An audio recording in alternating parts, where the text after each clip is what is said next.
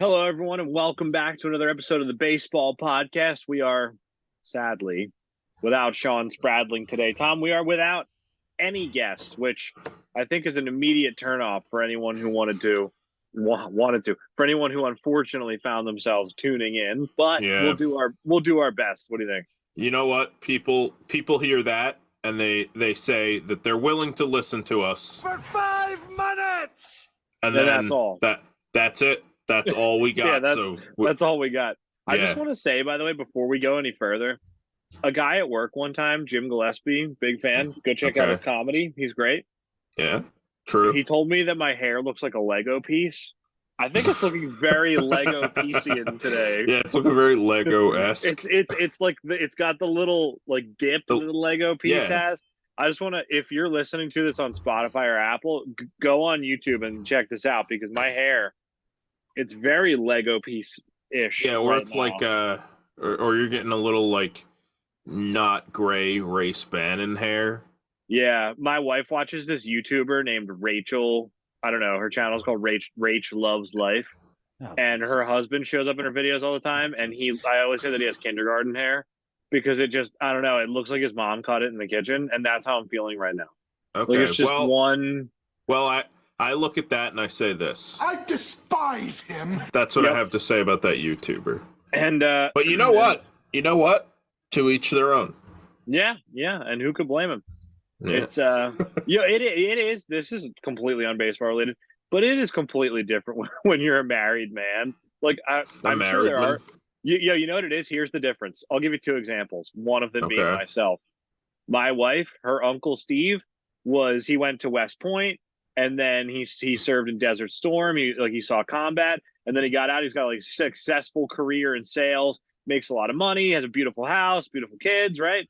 I'm sure he gets up every day and goes, for a jog at 5 a.m. He's in great shape. He's handsome. He looks like Kurt Warner.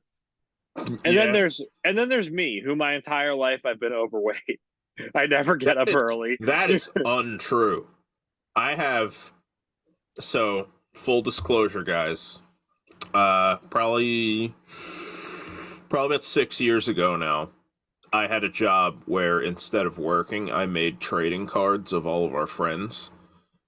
And one of them, the ultra rare Ethan card, features a picture of him sitting at our aunt's house at age like 14, hanging heavy with a blue moon in hand That was in someone else's blue moon. I want that to be in noted. a Reds Jay Bruce jersey.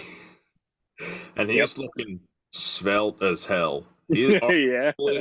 arguably looking like Gumby in there. And you know what? Looking like you know Gumby. Yeah, you know what people say to that? You know what they say to that? Not that there's What's anything that? wrong with that. Can you not talk over the drops? Yeah, that's a good point. Let's Are try we- it again. Are we You here know to what- hear the hosts, or are we here to hear the drops? You know what people say to that? Not that there's anything wrong with that. And Thank they're you right. for letting it play this time. They're absolutely All right. They're absolutely right. So listen. But yeah, dude, it's a different animal when you're married because you just, not that you don't care. Like, I obviously still want my wife to find me attractive, but I've found that I've gotten this far in life on personality, on humor, not on looks. You know what I mean? You So, know, like, I just have to interject here. You sitting there and going, I've gotten through life on personality, humor. Those are brave statements. that's a good point. I didn't say I've succeeded in life to this point. That's I just true. said I've made it this far without dying. Yeah. But See? and you know what happened when God gave you these alleged personality and humor? He said that, or he granted you those things, and then he looked at you when you could first understand, and he said, I was trying to help you out, get you something started. And he's right. He's Yeah, absolutely that's- right. Steve that Harvey is knows. actually a recording. That is God. So if any of you are ever wondering what God sounds like, I like Now you know. like that in Bruce Almighty, Morgan Freeman is God, and now we are casting Steve Harvey as God. It we're makes not sense. casting Steve Harvey as God. We are canonizing Steve Harvey as God. Yeah. Let's get the Pope on the phone. Anyway, what baseball do we have in store today? We want to talk about Some WBC news. Not that there's been a ton, but we want to talk about it. We want to talk about Yeah. a cool Trevor May video. We wanted to talk about that Luis Arraez trade because, frankly, there were a lot of people who maybe saw the terms of that trade, and frankly, they were saying, what exactly were the Marlins thinking? And one, I do have to say the Marlins are the home of. His name is Dan Isla! Well, And two, I have to say, A just question, my liege. because honestly, there's a lot to look into on that trade, and we're going to go over it. It was really confusing to me off the bat because, okay, it matches up on paper, right? The Marlins one hitting, Twins one pitching. Fair enough. Yeah, And that's then kind of one of those surface level details about it that makes a lot of sense because it's like, listen. Right. Each team seems to be dealing from a strength. That makes perfect Yeah. sense. But then I saw like the tweets and it was like, Pablo Lopez for Luis Arraez is like the framework for the trade with a few other pieces involved. And I go, okay, Pablo Lopez, I understand Luis Arraez is a great contact hitter and he gets on base a good amount, but like that's kind of all he does. He's like a bad defender. He can't run. He doesn't really have a position to call home. So I was like, okay, they have Pablo Lopez for 2 years. He's like a pretty good starting pitcher. Versus Arraez, who is kind of a one-trick pony, who has something going for him. Like he's a player you want in your lineup. And they have 3 years of Arraez, so they get an extra year. So I was like, I would think, you'd be giving up more to get Pablo Lopez than you would be to get Arraez. Like I would think the Twins would be shipping out a few more pieces because he's more valuable. And then it comes out that the Twins are getting a couple of prospects too. So I'm like, okay, that's weird. But, I don't know anything about prospects. I don't really pay attention to it. So I'm like, okay, a couple secondary pieces, whatever. But apparently this Salas guy is like supposed to be really, really awesome. So like, I don't really understand why the Marlins were like, why don't you take this like number 2 starting pitcher and a really good prospect and another guy just for the heck of it for Luis Arraez? Like it just doesn't make sense to me. Yeah. So I'm pulling up Jose Salas here. I'm hoping that maybe I can come up with like, I hope he's related to Philly's great Fernando Salas. Fernando Salas, Phillies legend. Yeah, Philly's great. So this guy's a 19-year-old. He's an infielder. It doesn't say specifically what position. I'm gonna guess. You know what? Here we go. Okay, picking up starts at shortstop, second base, and third base. So it seems like maybe he hasn't found a home yet, and it does talk about defensive versatility. I'm reading this off CBS Sports. From what I was reading, it seems like he's a shortstop now. But if he like grows into more power and puts more like weight on, he'll probably move off of short. Okay. You know what I mean? I mean the typical profile for a shortstop is changing. So like you get guys like Correa and like Tulo really started it. Tulo kind of broke the mold, but nowadays you see a lot of shortstops are like big dudes who hit for power. Yeah. What were some of the other ones? Why am I blanking on this? You got Correa. Correa, Tatis. Tatis like the best example. Yeah, Tatis Bogarts is kind of like that. Yeah. So the era of like the tiny like glove first like silver, not silver, the Gold Glove shortstop kind of over. That's still a thing. The Adam Everett archetype. Yeah, a lot of those guys I think play more as like second baseman are a little bit like that at times, but there really aren't any glove only positions anymore besides maybe like catcher. Yeah. But so this guy Jose Salas reached high A for the first time in 2022. It looks like he struggled. He hit 230 in 217 plate appearances. He had a 319 OBP, slugged 340. So, he's 19 and he's considered one of their best prospects. Well, one of the Marlins' best prospects. I don't know where he slots in on the Twins yet, but presumably he's going to slot in pretty high with the Twins, which makes this kind of a baffling addition. Unless the Marlins saw something where they're like, we got to trade this guy where his value is high. And frankly, what the Marlins might have seen is we're going to have to pay this guy someday. Well, but here's what confuses me though, because I understand that sometimes, you get an up close look on a prospect and you might actually see some red flags and you go, hey, let's flip him now while he's got some value instead of, letting it go off the rails. I understand that. I don't know as much as front offices do. But the thing that I don't understand is just the framework of the trade is Arraez for Lopez. And then there are other pieces involved. And I just feel like you should be sending more with Arraez to get Lopez than sending more with Lopez to get Arraez. And I feel vindicated because I don't know really what I'm talking about when it comes to farm systems, but baseball trade values is like really picking up steam and they have are really gaining a lot of fans and they're really good at assigning like a monetary value to a player. And most of I think they have like a 95% success rate that deals that happen in MLB like fit into their model. And so they were like, this is a massive overpay for the Marlins. Like Lopez on his own was worth more in our model than Luis Arraez. And now you're adding another guy who has like $20 million in value. So like it just doesn't make any sense. And we were talking about this earlier on the phone. And it's one of those things where like if you're the Phillies or the Dodgers or the Yankees or the Astros, right? And you go, okay, for whatever reason, Luis Arraez is our guy and we need him to he's the final piece of our contending roster. Okay, fine. I can understand in that case going, we're gonna overpay what it takes to get our guy, and if they want an extra guy, fine, have the extra prospect. Okay, I can understand that if you think he's like the missing piece, right? You have a whole that makes total sense. The Marlins are not in that position. The Marlins suck. The Marlins are going to continue to suck. Like I mean, I could be wrong. Like if a year from now, who knows? But I don't. Yeah, I mean, see the Marlins were 69 and 93. Like they were not significantly close to better this year. I don't see the Marlins competing this year, especially in a division that has the Mets, the Braves, and the NL champion Phillies. Like, I just don't see it happening. And all those three teams have really, really improved this offseason. The Braves a little bit less so, but they've all improved.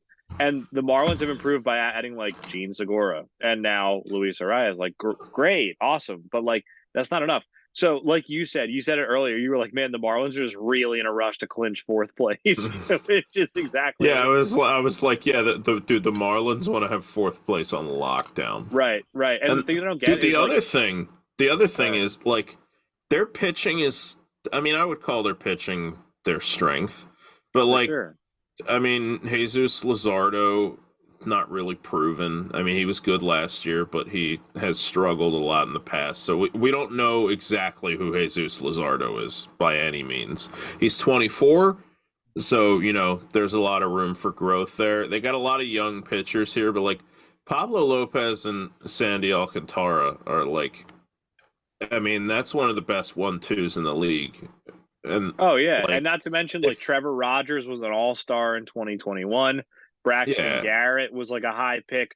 Max Myers recovering from, I think, Tommy John, but like he'll be coming around. Like they have a lot of pitching, man. Like, yeah, obviously anything could happen and things can go wrong, but like you can really dream on the Marlins pitch. So I guess in defense of the Marlins, you go, we have enough pitching that we can deal from that. It's a strength.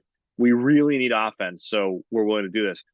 But I just can't imagine there wasn't a better package out there.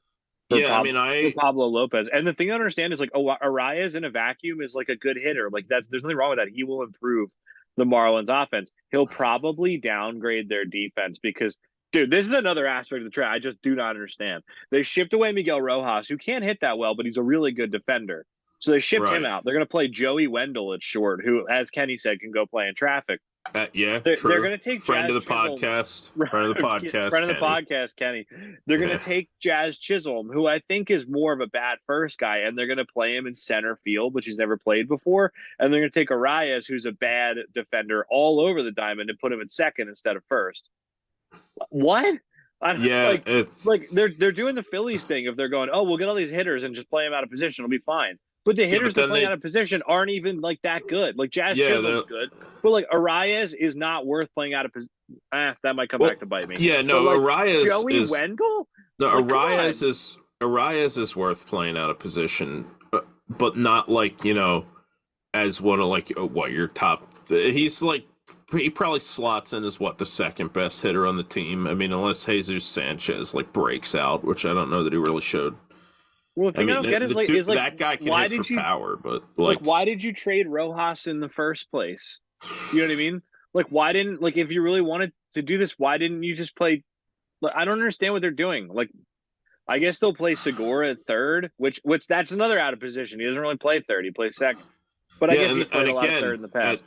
I Like love they're Segura. You know, Segura was an important part of the team that went to the World Series this year. I mean, we love the Phillies and we love Segura, but like Segura is not really an elite hitter by any means. And like the they're Phillies strategy, and admittedly the Phillies have a lot.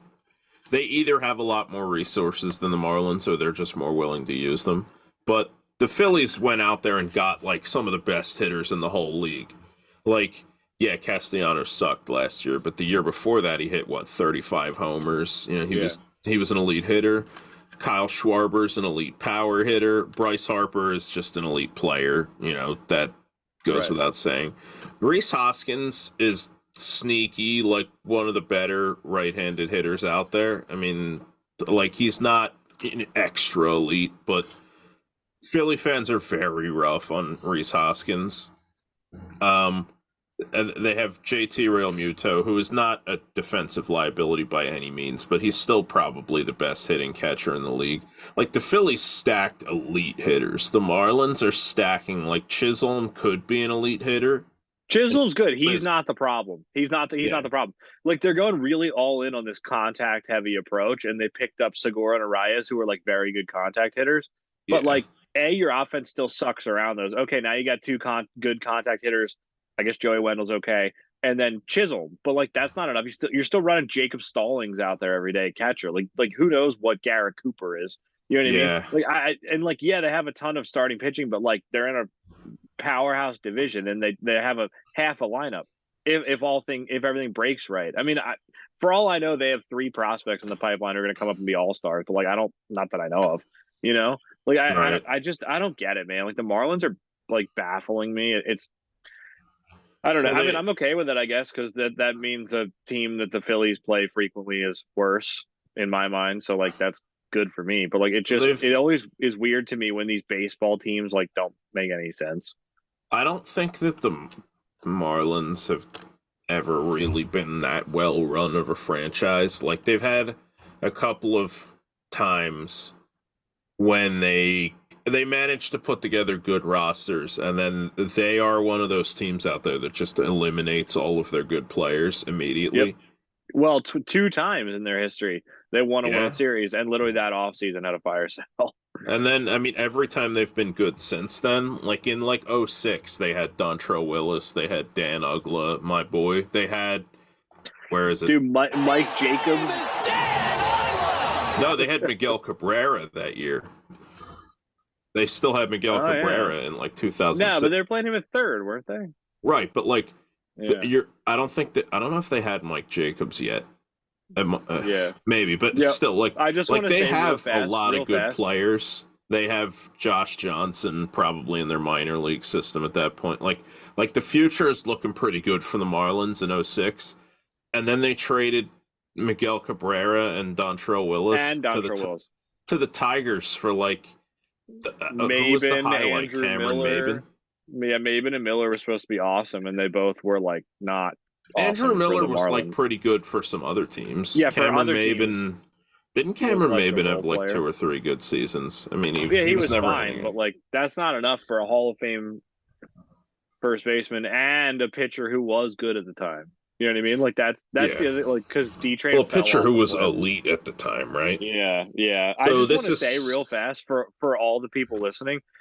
I feel like there are certain players that stick out in your mind that you go, that's when I got into baseball. Mike Jacobs is one of those guys where, like, when I was really getting into baseball, Mike Jacobs was just always homering against the Phillies. You know what I mean? Well, yeah, 07, 08, you know. Yeah, like, there's a few guys that just stick out of my mind of, like, the golden age for me of baseball. Like, Ryan Church is another guy. Right. Where I'm like, man, Ryan Church was just always popping up when I was a little kid getting into baseball. Dude, you know, when I was 10 years old.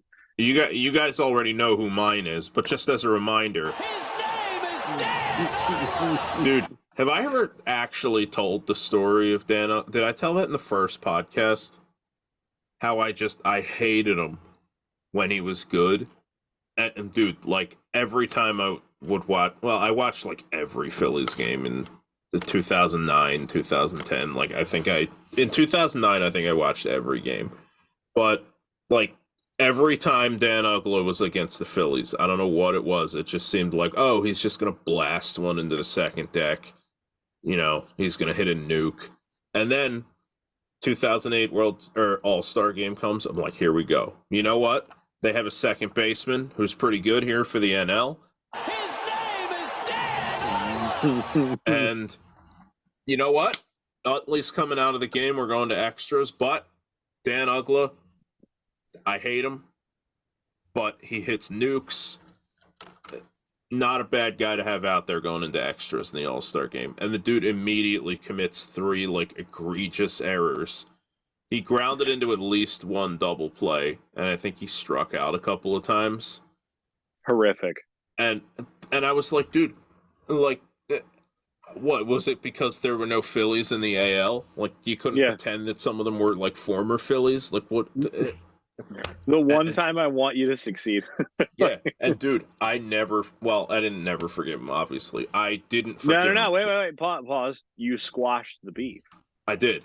I squashed the beef, but it took years. Like, when he was on the Nationals, like, the corpse of Dan Uggla, the corpse of a player that many used to say about him. His name is Dan Uggla. But now, at that point, they were saying something more like, I despise him. Because he was very fun bad to watch though, with his like humongous biceps and the weird painted stance. on dude. And he was in a time like we were talking about with second base was a bunch of like Kelly Johnsons out there who were like kind of okay fielders and like could hit a little bit, and Dan Uggla was just a bad fielder who would go up there and mash. Yeah, like he was like you know what it homers. was? He was a poor man's Jeff Kent. Like he was so much fun. Dude, honestly, he really wasn't even a poor man's Jeff Kent. He just didn't last as long. Yeah, I guess that's true. But you're saying Dan Uggla had stamina problems. He couldn't stick. He couldn't stay long enough for people. Yeah, he didn't have enough staying power. Yeah, he couldn't make it last. At the end of his career, when he was terrible, I don't know what changed. I just started thinking he was the greatest, and I literally started like this one-man cult around Dan Uggla.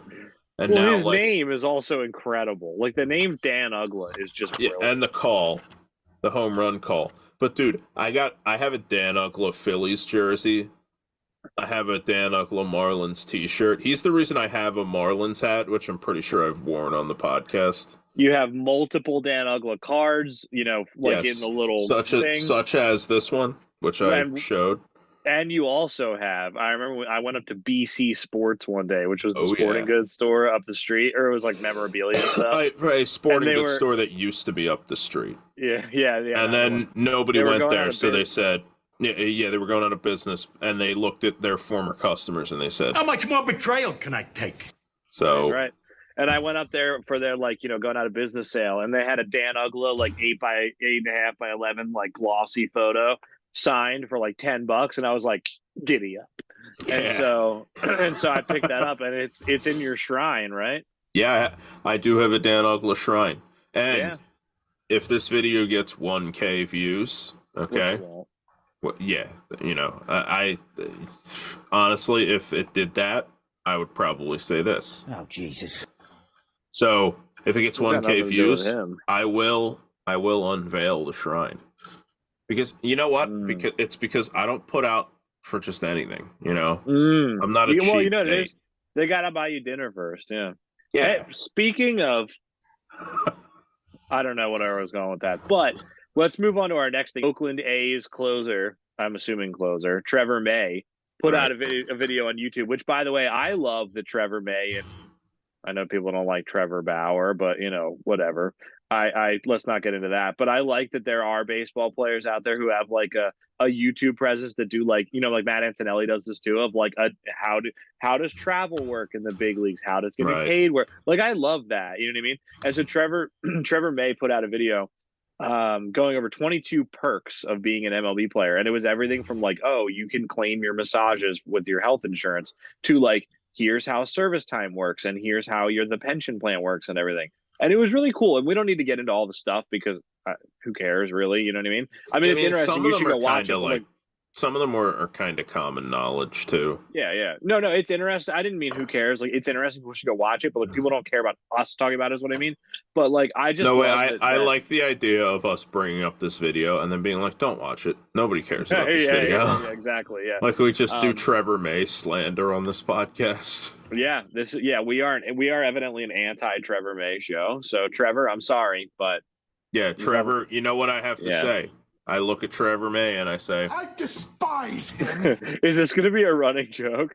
I like this. yeah, Should should we just hate for Trevor May? And then we have him on for the first episode of Squash the Beef since our inaugural episode. I don't think we've squashed any beefs since then. No, I think Kenny tenderized the beef with the aforementioned Joey Wendell. Yeah, we tried to get him to squash the beef and he wouldn't do it. So yeah, I'm just saying. Yeah, one thing though, I'll put a link into the description for the Trevor May video, and you guys should all go watch it. But I just want to say one thing, and I knew that this was a thing, but he brought it up, and I'm sure a lot of people didn't know. After you hit 8 years of big league service time, so 6 years is free agency, 10 years is a full pension. 8 years gets you like the golden ticket. I don't know exactly what it's called, but it's basically like you get a free pass. Basically, you just show up to any ballpark and they give you whatever the best seats available are. They give you 2 seats, so you and a guest, which is cool. Like that's great. I'm sure that's like a nice little thing that like the players union negotiated. But I'm thinking about it though. And I'm like, if you're a former player, right? Obviously, you'll be at events and you like to keep in touch with the team and everything.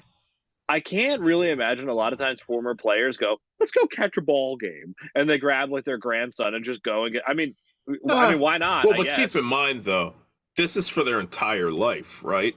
Like a couple of years after they retire, I'm sure they're going to be like, dude, I've had enough of stadiums for the rest of my life. Presumably these people don't hate baseball. Presumably. No, but. Again, presumably. But like after a couple of years, you start taking people to baseball games. You don't have to pay. You get good seats. I mean, that's a nice benefit, It is a nice benefit. And I'm sure it's really nice when, like, your grandson's in town and you get to take him there and stuff. But, like, I'm just sort of – because you know what it is? He brought it up and he was like, I'm really proud to be, like, a part of the 8 years service time club because not a lot of people have gotten there. And that is true and great for Trevor May. Congratulations. Yeah. I just think it's such a weird little benefit that obviously, like, the players union negotiated in for people because it's like, you know what it is? Here's what it comes down to. I wonder who was clamoring for that. You know what I mean? Like, I wonder who in the players' meetings, like people were raising their hands and being like, no more service time manipulation. All right, yeah, we're on that. We want higher pay. We want to reach free agency sooner. We want dental care. And people are like, yeah, absolutely. And some guy raises his hand is like, I'm thinking after a while, what if we get like 2 free tickets to whatever games we want forever? Dude, it was like Pete Alonso. no, because it was meathead. I'm assuming this has been around for a while, so it was like Brad Fulmer. No, hey, let me have this. No. You know who it was? I figured out who it was. It was definitely Phil Nevin. No, wait a minute. I'm gonna beat. We're stop. Wait a minute. There's a meathead off. I'm gonna win this right now. You ready? Yeah. Troy Gloss. I don't have any argument for that. Come on, is there a bigger meathead than Troy Gloss? Well, yeah, but not like, not at a realistic time. Like, if you want the biggest meathead in baseball's history, it's probably Brett Lawrie. But, like, I'm pretty sure the golden ticket was already a thing. And I know I'm the one who said Pete Alonso, but now if we're striving for historical accuracy, hey. They're like, no salary cap. We don't want a salary cap. We want to get paid for the first time in our lives. And then Troy Gloss in the back going, yeah, how about if we get to go to games? All right. And listen, obviously we can go to games because they're all like, dude, we can just do that. We don't have to pay for it. And they're like, I mean, you can throw that in. Yeah, why not? You know what that is? That was the Jose Salas of that trade negotiation. I just want to say though, I don't think we gave enough credit to Brad Fulmer. Yeah, Brad Fulmer was a meathead. Do you remember that guy on the Angels? Vaguely. I remember the name more than the guy. He was one of Remember those Brady we had Anderson types who was like really angry and really buff in the steroid era, and people were like, well, that was like, you know, I mean, that was like 2/3 of the league. So, yeah, exactly. That's like, dude, you see like Mark McGuire and his muscles have muscles. And then it's like, he's one of those guys who has to walk in a room like this, like Yeah. Mugshot from Sly Cooper. yeah, Like, he's not fat and he wears like a size 58 suit, oh yeah. He's just all Yeah. upper. He's all, you know what it is? He's all trunk. He's a Roblox character. Yeah, yeah, he is, man. He's like when the grocery store makes a football player out of 12 packs of soda, and it's just all right angles. Yeah, that's Mark McGuire. Another thing I wanted to talk about was Team Israel in the World Baseball Classic, and I want to bring up a couple of things. One, there was good news. Let's do this right, Ethan. What are some of the things you wanted to bring up? Whoa! So if you're a Team Israel fans, as I am, or just a fan of Jewish baseball players, as I am, there's good news and there's bad news. Good news. 2 new Jewish, or at least players of Jewish heritage, were newly identified to the Jewish baseball community. Ideally, they are not Jewish in the same way that maybe George Santos is. Yeah, that would be bad if they're just lying about it. But who knows? But 2 players were newly identified that were previously unknown. 2 MLB players. One of them, Dalton Guthrie, sort of backup utility type on the Phillies. He can run really fast. He's a good fielder. Nice player. Yeah, you know what that is? Nice little player. Yeah, and the other one, I'm going to give a shout out to Lewis Keene. He's a guy who was DMing on Twitter talking about this. He wrote a great article on this guy's grandfather, I think, being Jewish and the connections that this guy has to Judaism. White Sox ace Dylan Cease, who really came into his own last season, who was incredible. And so those were 2 players that were previously unknown to have ties to Judaism. And so that's really cool. And if you're a Jewish baseball fan, you got 2 new players to root for. That's awesome. Yeah. Here's the bad news. They're not playing for Team Israel, which sucks. Team Israel has suffered a lot of blows. How much more betrayal can I take? Yeah, really. And get ready to play that again, because Harrison Bader. I got you. Harrison Bader, who was awesome in the playoffs for the Yankees, and he was a really good defender. He had a couple of years with the Cardinals. He's a good player. He's an elite center fielder in center. As there's a drive in a deep left field by Castellanos, it will be a home run. Harrison Bader, early on with Jock Peterson and Kevin Pillar, was like, I'm in. I'm playing for Team Israel. I can't wait. And then on John Heyman, his podcast. Yeah, typical John Heyman. Yeah, John Heyman's the worst, man. On John Heyman's podcast, they talked about the World Baseball Classic, and he basically gave this. I was really looking forward to playing, but I just decided, with the offseason, it was just best for me to go to spring training, which I guess I don't want to begrudge a player that. Like, they know themselves, they know their body and their routine better than anybody. And, obviously there's millions of dollars on the line as opposed to like an exhibition tournament. I understand not wanting to play, but it is like a kick in the teeth because he had committed and they formed this really formidable outfield of 3 really productive MLB players. Kevin Pillar's coming off an injury, but still 3 really productive MLB players. Right. And then he kind of just kneecapped that. And it was just the worst, man, to be a Jewish baseball fan and see that. And then you hear that Dylan Cease is identified as Jewish and you're like, oh man, that's an ace you could put in the rotation. And then he was like, yeah, I'm not going to play either. And it's like, I don't begrudge these guys. I also don't know their connections to Judaism. I mean, it could be as simple as like, Peter Kurtz, the GM of Team Israel, hit up Dylan Cease and was like, hey, I see you're, technically Jewish. You interested? And he was like, no. Yeah, like he was like, I'm not, I've never been in a synagogue before. Like, I don't care. And like, that's his prerogative. But it just is a bummer. But anyway, that was a big, it like I said, it just kneecapped the team. It was, and that I'm going off the rails here. You can play Castellanos again if you want. But here's what I'm getting at. I'm obviously a Team Israel fan. And so if you don't like that, fine, turn it off. But if you don't like that, not that there's anything wrong with that. And he's right. But I love Team Israel. And it really bothers me when people do this thing where they go, the World Baseball Classic's stupid and the eligibility rules are stupid, and like, look at Israel, it's all Americans. And that's pretty much true. Israel had 1 player from Israel in 2017 Their Olympic team had like 6 or 4 or something, and I'm assuming they're not going to have a heck of a lot of Israeli natives on this team. So I understand that complaint. However, I don't think it's fair that it's directed towards Israel exclusively, because Italy does pretty much the same thing, where they had just bring over a bunch of Italian MLB or minor league players. And here's the thing that really bothers me is every team uses the rule book the best way they can. So the Dominican Republic has plenty of natural grown talent. They augment it with a guy like Manny Machado. Japan just brought in Lars Nootbaar. South Korea, but keep in mind though that Lars Nootbaar is one of the most Japanese names of all time. Yeah, you are right about that.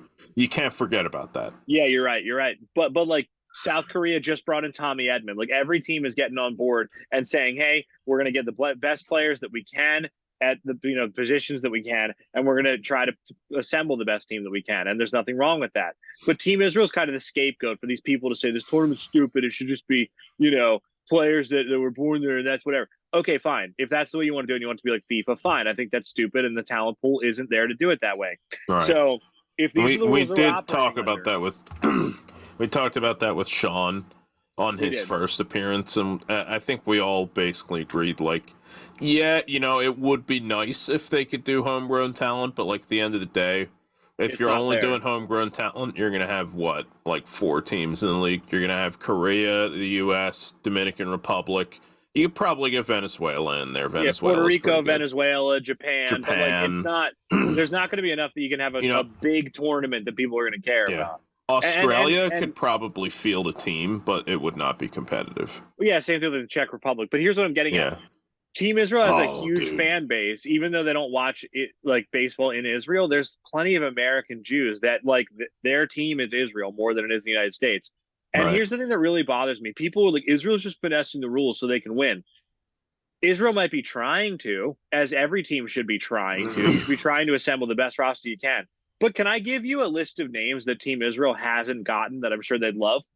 Paul Goldschmidt. Give us a sampling. Don't give every name, because you sent it to me. It's a lot of guys. I'm not going to give you the whole team, but what I'm saying is here are players that Team Israel would love to have that they didn't get. Paul Goldschmidt, Max Fried, Alex Bregman, Harrison Bader, Dylan Cease, right? Yeah. Dude, that's 5-6 all-stars right there. And then they have other guys like Rowdy Tellez, great first baseman, played for Team Mexico. Right? In 2017, Ian Kinsler and Alex Bregman both decided to play for the U.S.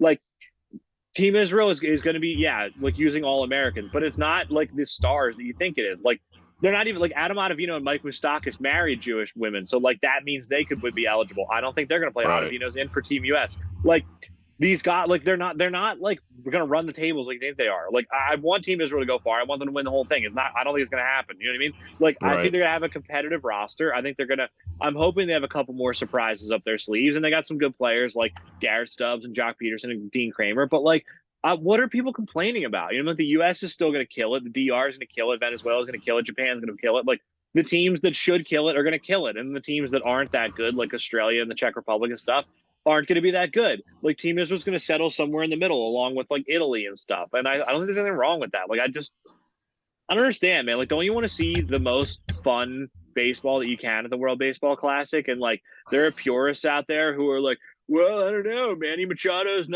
wasn't born in the Dominican Republic, so I don't know if he should play there. But like, is that really fun? Or do you just want to see a great game and say, you know what, Manny Machado's awesome, let him play? Like, I don't get it, man. I think that it's probably derived a lot from, there's certain people, us included, don't get this twisted. There are a lot of people who just like to complain about things. That is true. And I imagine if you're rooting for one of the teams that's maybe not as good as Israel, like if you're a fan of, the Netherlands are probably equivalent to Israel, but, the Netherlands can look at it and be like, I think it's 100% Dutch citizens, right? Well, I'm really glad you brought up the Netherlands, because the Netherlands, yes, they use. I could be wrong. I haven't seen the roster, but as far as I know, they're using all Dutch citizens. Oh, wait a minute. No, that's not true, because they're bringing Richie and Josh Palacios, who are Americans. So even they're using the rulebook to their advantage. But the Dutch are a great example, because yes, they're Dutch citizens, but they have a bunch of guys from Curacao and Aruba and St. Martin, which are Right. not the Netherlands. Like, Yeah, they're they're Dutch Dutch holdings. possessions, and I'm sure they hold Dutch passports or Kingdom of the Netherlands or whatever the Yeah, I'm umbrella pretty term sure is. they do, yeah. But like, do you see my point of like everybody has their weird like rules? Like Italy can just kind of get a bunch of Italian Americans. Like the Dominican Republic has Manny Machado. Like the Netherlands can use these Caribbean guys. Like every team should be assembling the best team that they can. I don't understand these purists out there who like, if you had it your way and it was only players born on this soil with passports, then it's like, is that much fun? Then there are like 5 teams that are going to beat up on everybody else. Like, Yeah, okay, then it's great. just like, it's a 3-game tournament. It's like, Yeah. the U.S. plays the Dominican Republic and Japan plays Korea, and then the winners play each other for the title. Right. It doesn't make any sense to me. Like, and like, honestly, I'm hoping there are way more surprises out there. Like, I'm hoping that like Australia can be like, oh, who knew that? I don't know. Justin Verlander's, mom was from Australia. I mean, that's not true. Right? But, Yeah, I'm no hoping Australian Justin Verlander. But like, I'm really hoping there's a bunch of those out there of being like, oh, and surprise, Bryce Harper's mother is from Nicaragua. Go enjoy, Bryce. Like, I hope there's a bunch of that. Like, I love that about the World Baseball Classic, and Right. I think it sucks that people like want to take that away without, having a large number of countries with like robust baseball programs, because a lot of these countries do have baseball programs, they're just not competitive, like the Czech Republic, for example. Without that, I mean, the draw of the World Baseball Classic kind of is like you take all these major league players who are all on their own teams and everything, and you're kind of like redrawing the lines a little bit. It's like nobody ever expected to see like Trout, Harper, people were talking about Judge. He didn't commit, right? No, but like, Kyle Tucker, JT Realmuto, stars. Nolan Arenado, Paul Goldschmidt. Like, nobody expected to see a team like that put together ever. And then on the flip side, you got, like the Dominican Republic, you got Venezuela, who it's like, these teams are also all-star teams in their own right. Super teams. Yeah, super teams. Venezuela, home of new twin Pablo Lopez and also new Marlin Luis Arraez. Yep. And the 2 prospects that were also dealt are from Venezuela. Yeah, I did see Sean did post that. So, yeah. I mean, well, let's get into think Sean. that let's dive into that really fast. Well, I do want to mention really quick, it does seem like a lot of that criticism is directed at Israel. And, honestly, Italy is doing literally the exact same thing. Like, there are no Italians on the Italy team, right? It's all Americans. I mean, I'm sure filling out the roster, they might have like, oh, Alec Liddy, but we have Giovanni Vespucci. Yeah, but like, I'm sure it's going to be all Italian, Italian Americans, and like, I love that. There's nothing wrong with that. I want Italy to be awesome. Like, I want them to get Anthony Rizzo and stuff. But like, come on, guys. Like, what are we complaining about? But let's get into Sean. You had something you wanted to say. Okay, so I have this campaign that I've started on Twitter. I want to lead off by saying I ran this by Ethan the other day. I also ran it by my brother. You guys know him. You guys love him. Brian. He has appeared on one podcast.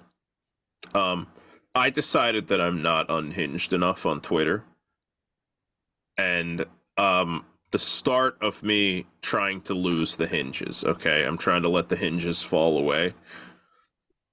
I want MLB, and specifically like the people who deal with the World Baseball Classic, to acknowledge their shortcoming in the fact that they straight up just kind of don't market anything. Like, the marketing for the World Baseball Classic is very poor. Like, every once in a while you'll see that, like, oh, Mike Trout was named the captain of Team USA, which he was, breaking news. But like, and you'll see the only person of note in the baseball world who's semi-consistently doing things is JP Morosi, who's great, love him, awesome. But like, you can tell that he just has a passion for it. And every time he's on MLB Network, is like, I love the World Baseball Classic. I can't wait. And I'm assuming he's doing this of his own volition. Like, I don't think MLB's going, hey, get out there and write us some articles. Yeah, you know what I mean? Like, probably I think he's doing it. I'd be willing to bet a lot of it is just because it's the off season. But as we've discussed before, Sean has kind of like taken up the sword in that field. Sean is not on MLB's payroll. MLB, as far as I know, does not acknowledge that Sean exists. And he's out there just giving them free marketing. He's making these graphics so that you can just pull them up and be like, oh, there's Team Venezuela at a glance. There they are. There's the team that I have chosen, that I'm going to die on this hill. And I will still die on this hill. But what I'm adding to the hill is I'm officially calling for MLB to give Sean free merch and free tickets, because it's the least they can do. Agreed, 100%. I think they owe it to him. I think they owe it to him. Like, who else is out there doing this stuff? Like, there's a couple other guys that he's mentioned, like Hector Gomez does the Dominican team? Or is he Mexico? Yeah, that sounds right. But I don't know of any other accumulator who just says, that's the thing. Who just is constantly saying, here's all the news that I know, and I'll give it to you as soon as I can. Like, that's Sean. He's awesome. So and he's out there doing podcasts all the time and doing interviews, and like I just want to I'll give a shout out. Ready? This is awesome. We got our first fan email the other day. Shout out to Ed Litos. Seems like a good enough guy, and he runs some sort of baseball radio show in Connecticut. I hope you all go listen to him. Can you just read the email? Do you have it still? You want me to read the email? Yeah, I can read the email. It's just this is one of the greatest things that's ever happened to me. And some of you may say I'm not. Some of you may look at that and say, "A just question, my liege." Here, I got it up. You ready? You ready? Some of you might wonder why this is great, but Ethan, take it away. We laughed very hard at this. So our podcast email, right? Yeah. You can email us at thebaseballpod@gmail.com. We've gotten some random emails, and they'll be like spam. You know what I mean? Like, sign up for this thing, whatever. And we got our first email from a real person, and it goes, "Hello, my name is Ed Litos. I help produce a monthly baseball show on WMRD and WLIS radio in Middletown and Old Saybrook, Connecticut. We are doing a program on February 26th about international baseball." Cool. All right. Now, at this point... That's right up our alley. Yeah, at this point, when Ethan's on the phone, part of my brain is going, I wouldn't mind being on the radio. Yeah, somebody liked what we had to say, and they got a platform. Here's where it takes a hard left turn. We're doing a program on February 26th about international baseball. I would like to see if Sean Spradling could join us to talk about the WBC. I know he was on your podcast recently, as well as another one that I heard last week. Do you have a phone number or email address that I can get from you? I'm not on social media, so that's why I'm reaching out to you. Thanks for your time, Ed Litos. Dude. And I had may I? I had a few different emotions. I want to add really quick, the worst part is we do have that information. Well, here's the best part. I had a few different emotions go through me. My first reaction was sort of like, oh man, like I was all excited to get this like fan mail, and then it wasn't even for me. And then my second one, which is the overpowering emotion, was this is hilarious. Yeah, this is incredible. Awesome. This is 10 times better than some guy just being like, oh my gosh, I'd love to have it in your show. Like, this is so much better. This is like when you go into like a laundromat or something and the guy frames the first dollar bill he ever made in business. Like, I'm going to frame this email because it's hysterical.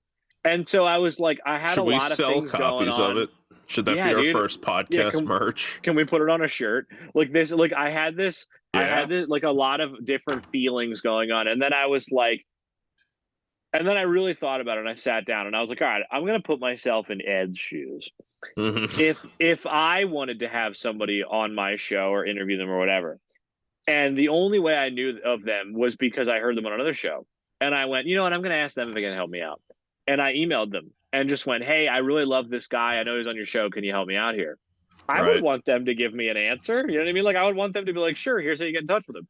So that's what I did. I hit up Sean and I said, hey, Sean, I said, just send him a screenshot and was like, you want me to give the guy your email? And he was like, yeah, let's do it. So I sent him on over Sean's email and I just was like, how can I listen to the show? And he sent me a link and I went back and listened to one of his shows and they were talking about Connecticut baseball history and it was kind of cool. And on February 26th, I'm going to tune in and listen to them with Sean. It should be really fun. Yeah. Here's why I brought all that. Well, I don't know why I brought all that up, but here's what it really comes down to. Ed Litos, I'm assuming I'm saying his name right. If I'm not, then feel free to email me again. No, you know what? If he's saying it wrong, feel free to come on the podcast and berate him. Yeah, that's a good point. Ed, we'll have you on the show. Ed, I want to say thank you for your fan mail because one, that's the first one we ever got. Thanks. True. Two, Yeah. what a story, man. And I just want to say, in all seriousness, what an opener. Yeah, I just want to say, in all seriousness, Ed, if you're listening, I hope you are. We're not making fun of you, man. Like, this is, like, dude, you listened. And that's all I wanted out of this podcast. Like, you listened. So thanks, man. Really, thank you. And I'm glad we could put. This is not a tongue-in-cheek remark. We both agreed that's the best possible fan mail. Yeah, it was hilarious. It's fan mail for somebody else. Yeah, you know what it is? I'm going to be telling that story forever. Whereas if we just got a regular old piece of fan mail, it would have been like, wow, how nice, thanks. Like, this is so much better. And we helped him out. We could put him in touch with Sean. And off they go. So great. You know what it is? Everybody's happy. So, Ed, thank you. I can't wait to listen to your show with Sean. And hit me up if you listen to any of our other shows and you want to have any of our other guests on, feel free to hit me up, Ed.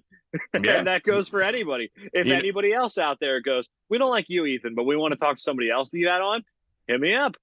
Yeah, and you know what we'll say to them? We'll say, I was trying to help you out, get you something started. That's what we have to say. And so that's a natural transition. Can I bring something up? You stated earlier that you worked your Victus connections, and we're going to get an interview with the two founders of Victus, which I'm really looking forward to. Yes. I hit up. There's a guy.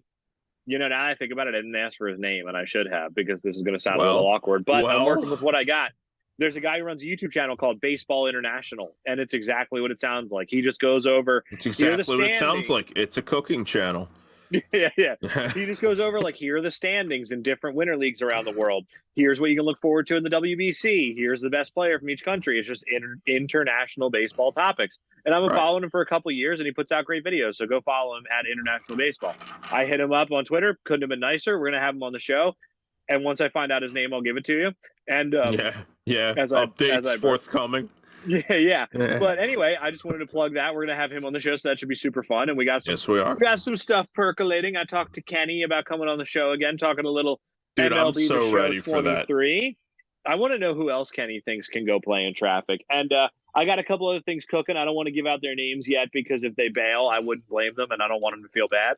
So, we got some coffee percolating right now. Tom, would you say? What some people call it. Okay, I would never say anything like that. I don't talk like this, but some people say we got some irons in the fire. Before we go, okay, I just want a little quickie here.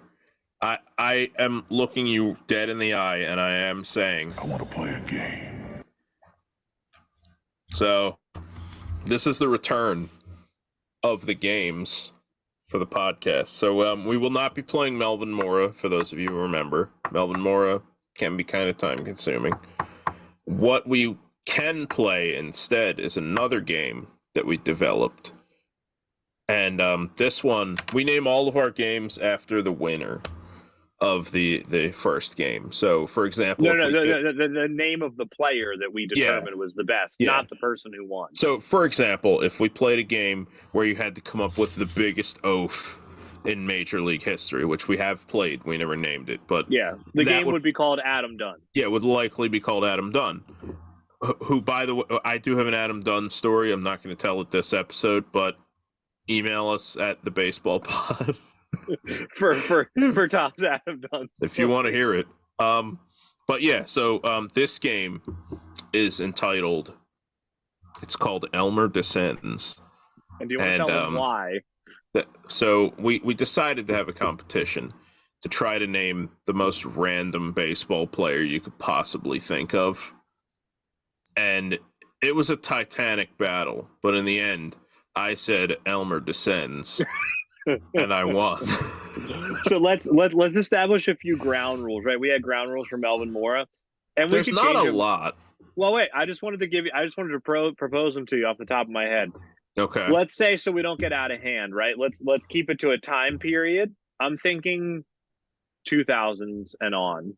You know what I mean? Because it's not really fun to be like Pie Trainer. You know what I mean? So I'm thinking players from that we know, so the year 2000 on, and I'm saying we go with. What do you think? 3 or 5 players each? I think 3. I think 5. Right, 3. 5 is going to take a long time. All right. So we'll each give 3 players. And you know what? Ready? Let's give 3 players. Hopefully, we'll get some fan mail and they can determine the winner. And if not, we'll determine a winner next episode. There you go. Yeah, it's so like people that? have something to come back to. So okay, Yeah. Can I kick it off? Yeah, why don't you kick it off? I got to go one kick it. You ready? Cook Yeah. It. You ready?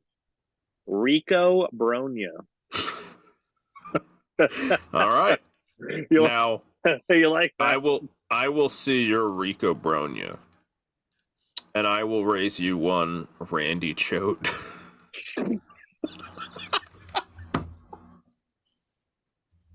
The spit take.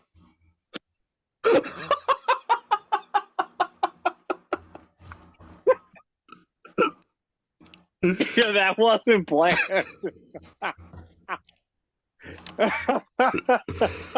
Woo! That wasn't. Oh! Woo! Randy Choate. What a name. You know what? Randy Choate? Not that there's anything wrong with that.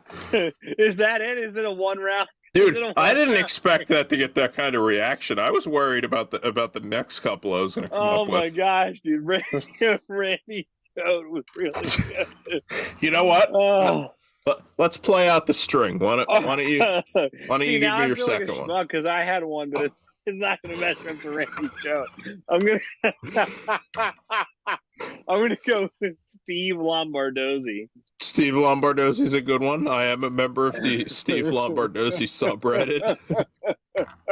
Randy. Let me offer you my next one. Norris Hopper. All right, let me see if I can redeem. I think you're winning 2-0 right now. Let me see if I can redeem myself with a little Reniel Pinto. Whoa, that's a good one. You like that? All right. Let me hit you with a little Nafi Perez. No. People remember Nafi Perez. You want me to come up with another one? No. You blew 3 loads. That's it. All right. Okay. Well, all right. You know what? Fans, of whom there are many, tell us who you think took the round. I mean, man, my head hurts. That spit take was awesome. I was not expecting a spit take on Randy Choate. Well, see, this is fun, just the two of us, but I'm really looking forward to having, like, Sean on and stuff. and like, it's more fun when you get more people involved. So yeah, let's try and maybe we do a World Baseball Classic themed one. That's gonna be hard, dude. There's guys like no. I think there was some guy. Here's what I'm thinking. Here's what I'm thinking. I'm thinking we do a World Baseball Classic themed Elmer Dessens, and you can only name non-MLB players. Oh, jeez, Martin Cervenka. Ready? I'm gonna win. No, I'm gonna win this right now. Diego Markwell. I don't even know who the hell that is. That's a great name, though, isn't it? That's an A+ name. The one that I have in mind, and I don't want to ruin it because I'm not certain that I remember this guy's name, but his name was like Fernando Nanita or something. Who was that? He was like the left fielder for the Dominican Republic in like 2009, and I was like, they couldn't find anybody better than this guy. Like the Dominican Republic. I said this last time with Sean when Puerto Rico went up against the U.S. Now I need to find out who it was, but continue. Yeah, go ahead. When Puerto Rico went up against the U.S. in 2017, they were like loaded, and they had like Baez, Lindor, Correa, Yadier Molina, Carlos Beltran, Angel Pagan, Raymond Fuentes. Yeah, and it's like, all right. Something's off here. Did you find the guy? That's weird. Okay, hold on. Let's go. There's South Korea, Australia, Cuba, Mexico, South Africa. There's Venezuela. Dominican Republic. Where is he? Just Control F Fernando. No, I don't remember that was his name. And I also don't remember that it was 2009. I might have to get back to everybody on this. It might have been 2013. Yeah, we'll do a little more research and we'll find our guy. I'll leave you with this. Yeah. In 2006, the pitching coach for Team South Africa was. May I get a drum roll? No. No, All you right, know what thanks. you can get? You know what you can get? Can I get? I was gonna ask, can I get a drum? Oh! Yeah, here you go. Here you go. I got you. Whoa! Whoa! All right. The pitching coach for Team South Africa was Lee Smith. You like Lee that? Smith, who retired in the middle of the season in what, 1997? Yeah. That's like when you see like MLB Network will put up a graphic that's like familiar names in strange places, and it's like Orioles Reggie Jackson, South Africa Lee Smith. Yeah. Yeah. Oh, there it is. It's Ricardo Nanita. Like, I who don't the know who hell that is is. that guy? Did he play in MLB? Let's find out. Yeah, let's look him up. Ricardo Nanita. It's what it's just NPB statistics. So Yeah, probably there's not. your answer. How do you spell it? Nan? Nanita. Ricardo Nanita. Dude, I was like, who the hell is this guy? Dude, I don't know who this guy is. What? I pride myself. I've watched baseball for pretty much my entire life. I love baseball. I would like to think that I know more about baseball. I'm in like the 95th or higher percentile of Americans knowing about baseball. Like, I love baseball. I don't know who that is. I don't know who that is. And that's how I felt watching that 1997 Phillies game that I was telling you about, Tom. Yeah. Where I was like, I love the Phillies in particular, and I don't know who Ron Blazier is. Yeah, I mean, like, who are these people? Right. Well, listen. It's a wasteland. And you know what it is? That's how we're going to feel, like, 40 years from now when people are going to be like, who the hell is Tim Mesa? You know what I mean? You know what I mean? Like, excuse me? Like, what?